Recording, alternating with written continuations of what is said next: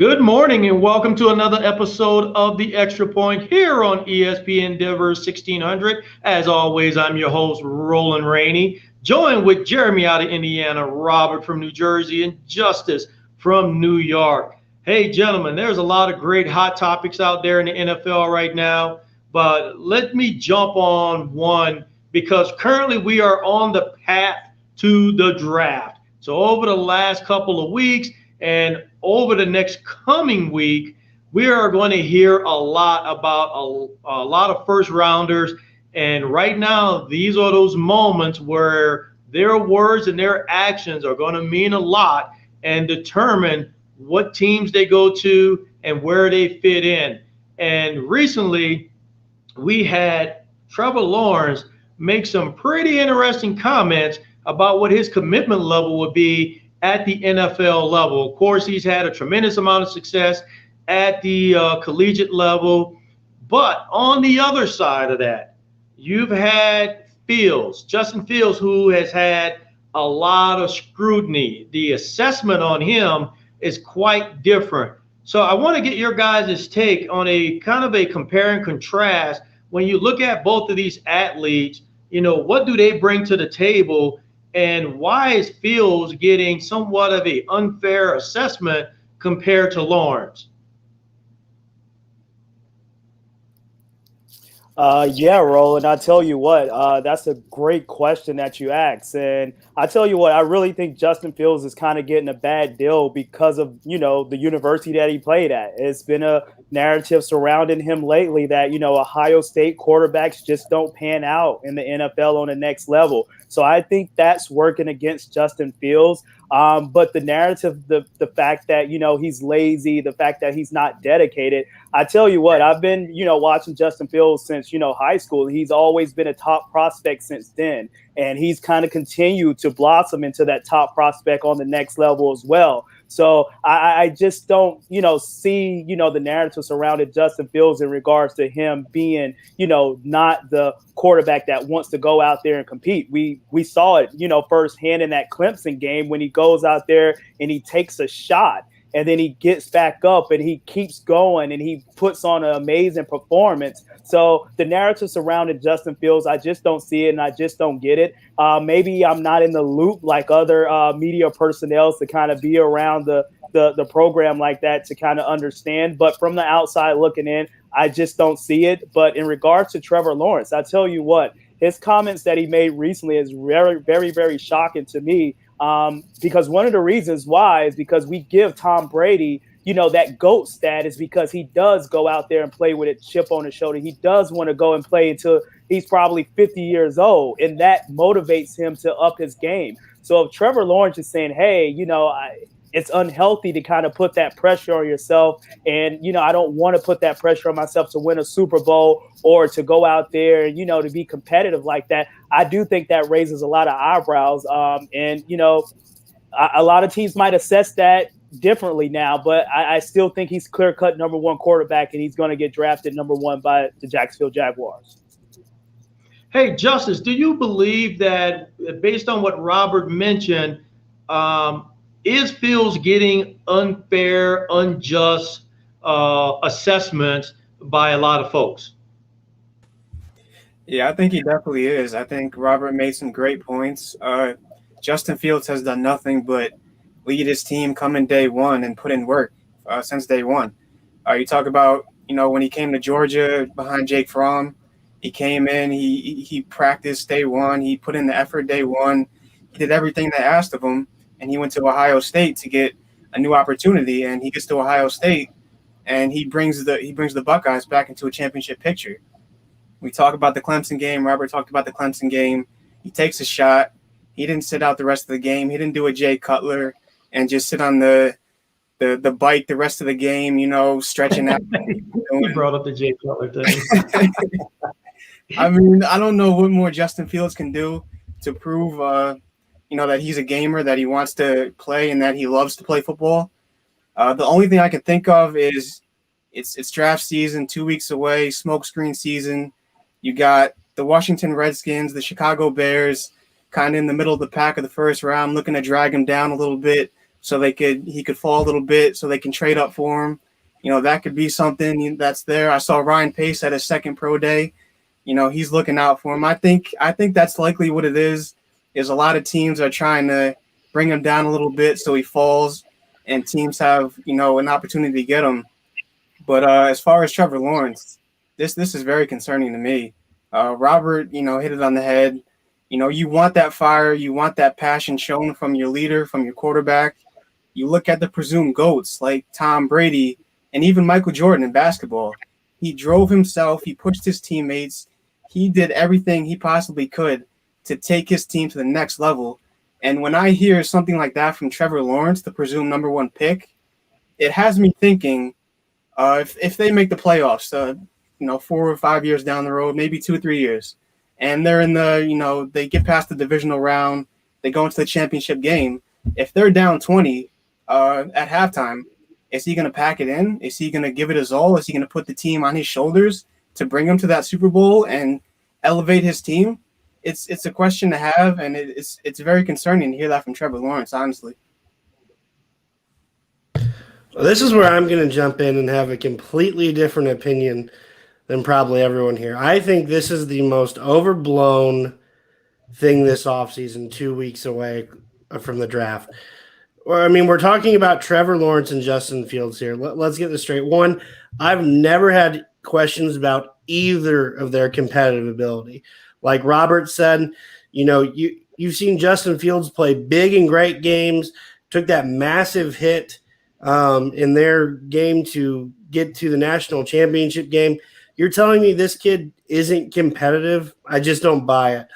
And honestly, I think Trevor Lawrence's explanation is something you hear from a lot of athletes in this day and age, that they do have other interests and that football isn't everything. I mean, we saw Luke Kuechly walk away from the game because of injury. I just think it's a more educated answer than probably people are expecting at this point. I have no issues with either of these guys. They're going to be, top 4 draft picks in this class. I think they're going to go on to be franchise quarterbacks, and they're going to be great leaders.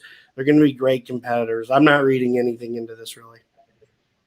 Well, yeah, and you make a great point. Well, actually, all of you have made great points, and I would just say I think this is kind of this weird duality of what you expect out of a potential number one pick.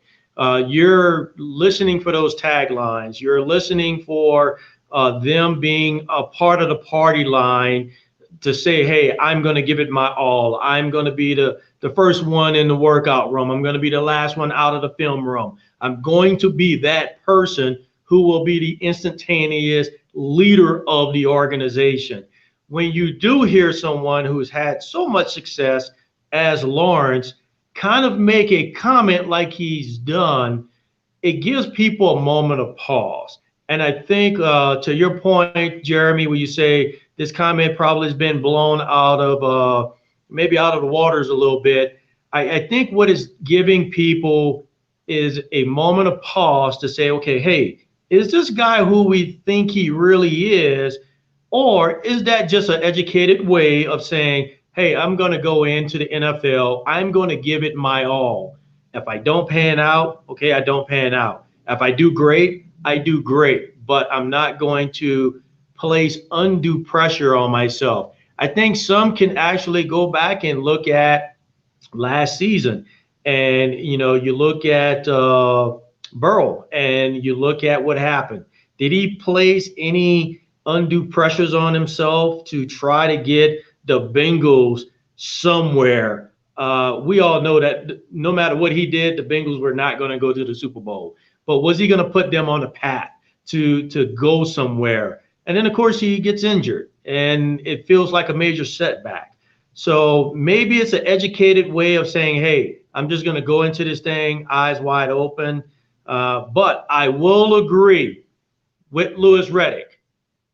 If this was Fields stating this on national television or in some type of social media realm, then that comment would be feeding into the assessments that people are already making about him, even after he's already proven that he's a go-getter, that he's someone that will go out and give you his all. Is it a fair assessment between the both of them where one is being over criticized for not being a go-getter and the one who should be the go-getter makes a comment that, yeah, makes you kind of tilt your head a little bit and makes you wonder. So only time is going to tell about that one. So let's kind of jump from the draft and go right into the NFL right now because the Browns have made a big move. They have signed Clowney, and earlier we were talking, is he a missing piece? Is he a piece that potentially will put the Browns into serious Super Bowl contention? Now, I will have to tell the audience, I'm going to put a disclaimer out there. Robert made a comment earlier, and Justice is just waiting to pounce on this comment. So I'm going to let him rip at it. Let's start with Robert. Robert, is Clowney the answer? This question is kind of twofold, Roland. You said, is Clowney the answer? I wouldn't go that far and say he is the missing piece to put, Cleveland Browns over the top to win a Super Bowl. But I tell you what, he actually is a significant piece that can help them get there and being a contender. Last year they played Kansas City Chiefs ridiculously hard in that playoff game, and they could have actually won that game. I think, Clowney does a lot. He hasn't, really performed to the level that we thought he was going to perform to when he got drafted. But at the end of the day, he takes pressure off of Myles Garrett on the other end from getting double teamed. So I know he hasn't been, stuffing the stat sheet with sacks, but hey, maybe he can take pressure off that defense and maybe he can be, a driving force in that locker room. But when it comes down to the Cleveland Browns, I think it all falls on Baker Mayfield's shoulders. If Baker Mayfield can kind of, play better, similar to what he played last year, I think this team is a legit Super Bowl contender. But saying Clowney is the missing piece, I don't want to go that far. But saying Clowney on a one-year deal, can he come in and can he impact and can he create havoc? I think so. And I think that's what we're going to see this year. Before I let Justice off the leash to come after you, I'm going to go to Jeremy. Jeremy, what do you think about the Clowney signing by the Browns? I'll agree with Robert to an extent that it's a nice addition to that defense. It will probably allow Myles Garrett to get a little more single blocked. Last year he started getting a lot of double teams when he started really becoming that heat-seeking missile after the quarterback. So, it does add someone with significant talent to the other side. But honestly, my big question is football still important to Jadeveon Clowney? Because it doesn't always seem that way at times. The past 2 years, he's held out for these massive, mega $1 million deals, and I'm not exactly sure what the 1 year deal looked like this year. But like the prior 2 years, he got paid close to like $37 million combined and maybe had 6 sacks. I understand he impacts the game more than just when sacks or, he's got a decent pressure number. But I really hope Cleveland didn't overpay here for a guy when honestly Cleveland's biggest thing is still stopping the run. That's one area where Cleveland just could not defend last year. They couldn't stop the run, and then with the rash of injuries in the secondary, they couldn't really cover the pass either. I don't think Jadeveon Clowney's some savior for that defense. I think he comes in, he's a nice complementary piece at this stage in his career. Justice, the floor is yours, my friend. Let us have it. Is he the right guy? In short, no, he's not the right guy. Look, I'm trying to be honest here. I don't want to bash him too bad on this show, but look, Jadeveon Clowney's a big name. He has probably a top 5 play ever in college football history with that sack in the bowl game, which really catapulted his draft stock. But a former guest in Merrill Hodge, he did a great evaluation of him pre-draft when he came out. He lacks, efficient technique. He's more of a athletic type of edge rusher. He uses his speed. He's not really too great with his hands. And when I see Cleveland signing Jadeveon Clowney, it just feels a roster spot to me. It just feels a position across from Myles Garrett. Uh, Look at what he did the past 2 years. He had 3 sacks in 2019, 0 sacks in last year when he held out until September looking for $20 million. He did nothing that really, gets me excited about this. He's one of the most penalized defensive players in the league with offsides penalties. He makes a lot of mental mistakes. To say he's not the missing piece, but he's going to catapult this team to a playoff contender, I just don't see it. I mean, I'm looking at a guy who was in this position last year, and Adrian Claiborne, who played opposite of Myles Garrett. He had more sacks than Jadeveon Clowney with 3.5. So what is really Jadeveon Clowney bring to the table that wasn't there last year? Maybe a little bit better against the run. He's a little bit more stout. He can help that defensive line stand up better against the run. But, like Jeremy said, they need linebacker help bad. They need to stop the run from that level first. And to say Jadeveon Clowney is going to catapult this team, I just don't see it. I think he'll be lucky to get 3 sacks on the year. I still look to Myles Garrett as the guy, to carry this defense. So I would agree with all of you. And I think if I'm a head coach, what I'm doing with this recent signing is I'm using it to allow Garrett to freelance. I'm going to utilize that body on defense in various positions, which, may be impactful in the rush. But at the same time, because he will still demand some attention, it allows me to freelance other positions on the field, especially with Myles Garrett. So I think it's a decent signing. I don't think it's a signing that's, like, whoa, hey, we just signed like the next Lawrence Taylor. It's not that type of signing.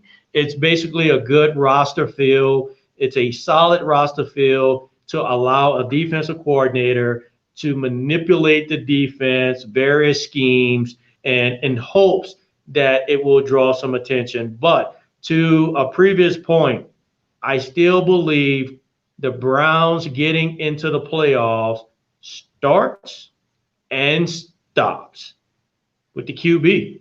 It has to start and stop with him. Look, he did extremely well last year. Couple of hiccup games where he tried to do a little bit too much. But at the end of the day, they were right there. They were in the hunt. They had running back issues with some injuries. Hey, once they got going, they were back in the hunt. So if you got a healthy Cleveland Browns, whether you got a Clowney or not, I think you are in the hunt. All right, let's go ahead and take it another step further with NFL PA. And let's talk about this recent decision by several teams to start to articulate their desire not to participate in these volunteer workouts. As everyone may or may not know, volunteer workouts in the NFL start up on April 19th. Before that can even happen, you already had the Bears, the Browns, and the Giants talking about not participating. Just this past Tuesday, now you have the Broncos, you have the Buccaneers, you now even have the Seattle Seahawks talking about not participating in these volunteer workouts. Now, the underlying theme is because of COVID protocols. Here's my issue. You bent heaven and earth to have a 2020 season. You put all of COVID protocols in place. We had a season, we had a Super Bowl, and it worked out really well.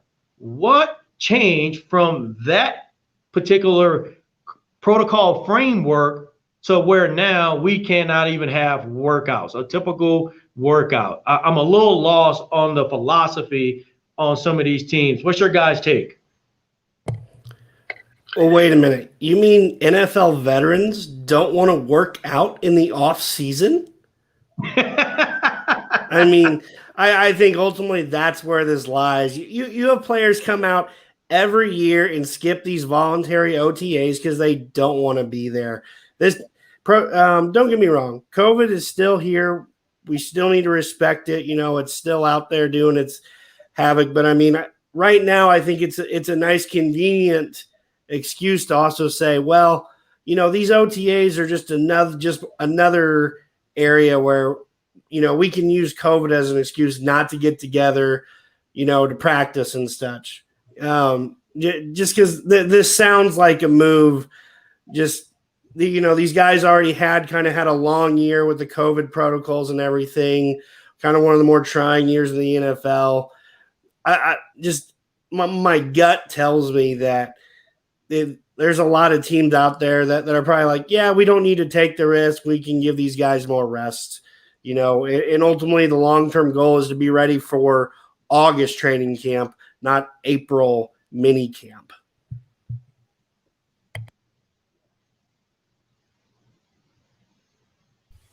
Yeah, I think Jeremy just, pretty much summed it up right there. NFL veterans, they don't want to be there. They don't need to, have voluntary workouts. A guy like Von Miller, who's been doing this for 10 years, what does he need to do that for? What do these veterans need to do that for? They can work out at home. They can, run through the playbook on a Zoom call from their houses. They don't need to be at the facility. They just need to, they want to protect their families. They want to protect themselves. I think in terms of the NFL season and voluntary workouts, that's just two different levels of, two different degrees of levels. Like the NFL season, they get paid for that. They want to be there. They want to have success with their teams. You're talking about voluntary workouts. I mean, that's basically in place just to help the younger players and the rookies and stuff like that. NFL veterans, they don't want to be there. They already have the camaraderie. They already have the team chemistry going. I just think this is a little bit overblown. I think it's just the way teams are looking to spend the offseason this year after a rough 2020 of COVID. Yeah, I definitely agree with Justice and Jeremy. We've kind of seen this narrative surround, off-season workouts for some time now in regards to veterans not necessarily want to take part in that. And this also could be a trickle-down effect until, the NFL add in a 17-game season as well. So these guys want to stay fresh, and also they want to these guys want to stay fresh, and they also want to protect their families and their loved ones in regards to the pandemic that we're still in. I know everyone's getting vaccinated right now, but for the most part, COVID is still real and it's still out there. And, they did really well with the virtual, off-season workouts and everything last year. So, if it's not broke, then, don't fix it. So it worked out for a lot of teams last year. And I think this is going to be something that's going to be the new norm moving forward. You make a great point there, and I actually like the idea. If guys are not going to go there to the facility to actually lift weights or do those type of things, maybe you change what volunteer workout looks like. We had new capabilities that came about that we utilized during the pandemic, like Zoom calls and so forth. So maybe your schedule during the spring time frame is more about going through the playbook, maybe sharpening your knowledge about different aspects of the organization. So more to see on that one. Jeremy, you look like you got something to say on this. So first I'll say, Robert, that's a great point about the 17th game. I don't know what veteran NFL player out there is real happy about playing another regular season game after they just added another postseason game. But as far as the new norm goes and all of these, Zoom calls and, kind of video workouts, I think Rob Gronkowski has to be thrilled with that idea. He can really say that he, practiced again, changing the shirt, changing a few shirts all in one practice to make it look like he worked out all off season. I just have to add that because I definitely could see guys kind of jumping on that bandwagon to a degree. That's a good one. So as we get ready to wrap up today's session, I want to wrap this one up on a high note. and that is a major congratulations to Julian Edelman for deciding to retire and call it a career. Of course, the reasoning behind him going into that direction is because of a failed physical. But you have to admit what he's been able to accomplish throughout his career has been nothing but spectacular. I mean, even looking at some of his stats, when you are right behind the legendary Jerry Rice, you are definitely up there. Now, I say up there with this caveat that I want to throw out there as we wrap up this session. Is he Hall of Fame worthy? Not right away. I mean, we kind of talked about it. If Hines Ward isn't in the Super Bowl, or I'm sorry, in the Hall of Fame yet, I don't think Julian Edelman's going to be in the Hall of Fame yet. I mean, Ward has more. He has more catches, more yards.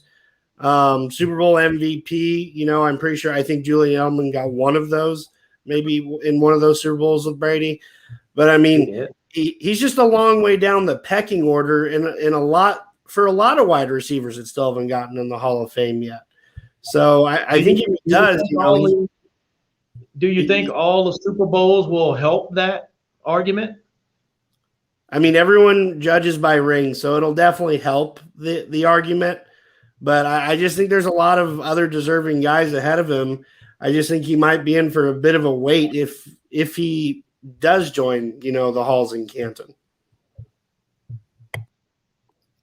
Yeah, I definitely agree with you on that one, Jeremy. I'm going to go with a hard no. And if he does get into Canton, it's definitely going to be a long wait. And one player in particular that, comes to my mind, talking about the Hall of Fame from the receiver spot is Sterling Sharpe. And Sterling Sharpe was a 5-time Pro Bowler, 3-time first team All-Pro, 3-time NFL receptions leader, and he's not in the Hall of Fame. And, pretty much closer to Jerry Rice, you go down the pecking order, and Sterling Sharpe was right there. And he did all of that in a shortened career before he had to retire because of an injury. So if Sterling Sharpe's not in the Hall of Fame, then hell no, Julian Edelman's not in the Hall of Fame. Yeah, I'm right there with you guys. To pick up where Jeremy left off real quick, Julian Edelman Hines Ward has almost 400 more catches than Julian Edelman. He has almost 6,000 more receiving yards, almost 40 more touchdowns, and Hines Ward has 4 Pro Bowls to Julian Edelman 0. So, Julian Edelman to transition from a quarterback to a wide receiver, that's phenomenal. To step in for Wes Welker when he left, he did a phenomenal job, and what he accomplished with New England is nothing short of spectacular. But just like Robert and Jeremy said, there are a lot of the guys that deserve to be there, and I just don't think Julian Edelman does. Well, I hear you loud and clear. You all make your arguments about this one. I think I'm on the notion that the 3 Super Bowls will help make the argument. Yes, it will not be soon. He definitely won't be getting in the next 5, 6, 7 years. But well down the list, his name will surface, and then we will look back on this moment and go, yeah, he's that guy that was with the Patriots who helped them in very key moments, catapulted them to 3 Super Bowls. I think that's what's going to end up happening here. Ladies and gentlemen, thank you for joining us once again here on the Extra Point on ESPN Denver 1600, and definitely join us next week as we will have our mock draft as we continue on the path to the NFL draft. Everyone, have a safe and great weekend.